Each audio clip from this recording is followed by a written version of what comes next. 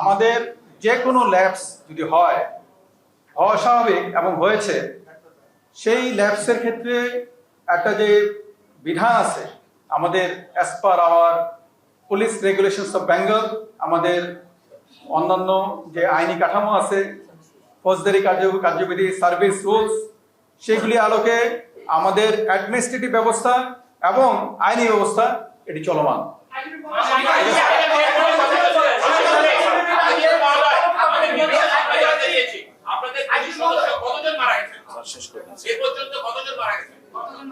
আপনারা এই সংখ্যাটা বা এই যে এটা জানবেন, আপনাকে জানাই দেওয়া হবে। আপনার কোনো কিছু হাইড করবো না, কোনো কিছুই করবো না, ঠিক আছে? আমরা এই মুহূর্তে আচ্ছা